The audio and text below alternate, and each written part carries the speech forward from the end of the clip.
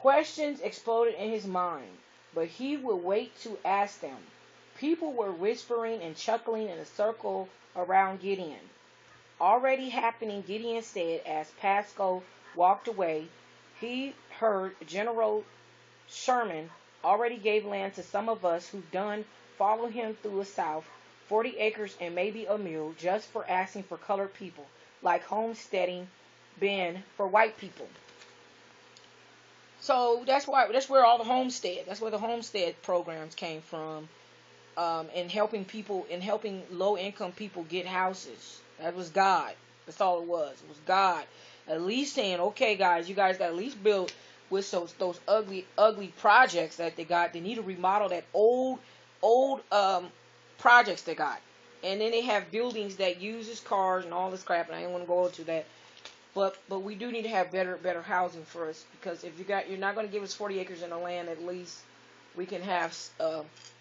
So they were talking about that then. And here's 2017, and we still don't have our 40 acres and a mule. So sorry for whoever wrote this book. God bless you.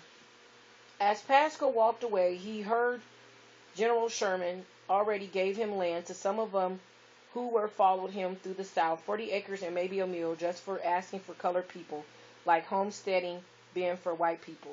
Pascal heard slaves stirring and talking in cabins. He passed.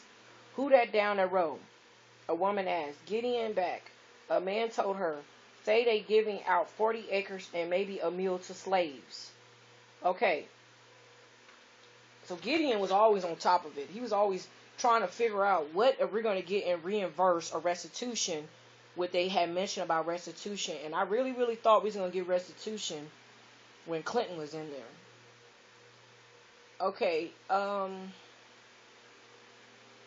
right. So Gideon said back, a man told her, say they're giving out 40 acres and maybe a mule to slaves. So here they go lying again. Back then, the woman snorted. Gideon always been a sound off, worried Jerusalem city, cause he never took kindly to slavery. It would be wondered he's alive. It's a wonder. He did not accept being a slave. Matter of fact, basically he wasn't really. He was like, forget that. I want to read the back of it, because the back of it is really good. So maybe nobody gave freedom and nobody could take it away like they could take away a family farm. Maybe freedom was something you claimed for yourself. Like other ex-slaves, Pascal and his older brother Gideon have been promised 40 acres and maybe a mule with the families and friends they have built along the way. They claim a place of their own. Green Glory Land is the most wonderful place on earth. There is own family farm with a healthy cotton crop and a plenty to eat. But the notorious night riders have plans to take it away, threatening to tear the beautiful freedom that two boys were enjoying for the first time in their young lives, coming alive and playing vibrant language in the story of restitution, reconstruction after the Civil War. So this is a stirring story of self-determination. It's a landmark novel. Okay, so there we go again, the Jerusalem city. When I read this book, I kind of went and skimmed through it 2 nights ago. I didn't finish the whole thing. But I was like, I really learning to listen to God's voice. But he has a lot of assignments for me to do. And then my conversation could become a lot of variety, because a variety of topics, of hot topics. So this is my show. Queen Shalisha Talk Show. Okay, so read a book, become a spotlight winner in Jesus Christ. All right, that woman be sound off herself. Another woman said, assassinating the overseas. She got herself shot dead. Okay, so some people, when they was mentioned Jerusalem city, they want us to forget about it. Wipe it away from our memory. Yeah, but missed us, gave us more food, didn't she? Heart drumming. Pascal ran, stumbling along the path. From birth, his weak right leg was bent inward at the knee, and that leg was a shorter. His right hand was weak too. He reached the cabin. He walked at last.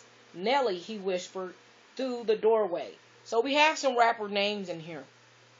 You hear Notorious, B.I.G. up in here, and now you hear Nelly. Okay, you hear Nelly? Telling you, man, this is just, everybody's after the money because rappers is after the money, and that's probably the only job you're going to get. And I heard Nelly say to this lady, he was like, she was like, why everybody want to be, why all the black people want to be a rapper now? Why all these black people want to be rappers now? He said, you better be glad we rappers or we would have been in your house. He said, you better be glad we rappers or we would have snatched your purse. So he said, but it's true. We're still looking in for Jerusalem. We're looking for our stolen, y'all stole money from us. You know dog and well in them kingdoms, there were kings in all kind of gold and silver and all that. Now, the Africans that are over there now that's starving, a lot of their ancestors, they gave us up to the white man because they didn't want to have nothing to do with Jerusalem. They didn't really want to have nothing to do with Jesus. These are the ones throughout the Bible did not believe in God. So, if you're looking at Peter when he doubted God and they asked Peter, was you with God? Those are the same seed of Africans that killed Jesus and they got rid of us. So it's amazing when they come over here, they give them cars and money and stuff like that. But us, we don't get it. We get to go to work every day and make $300 every 2 weeks or whatever, you know. And then white people looking at you when they give you a check like you're supposed to be able to afford everything.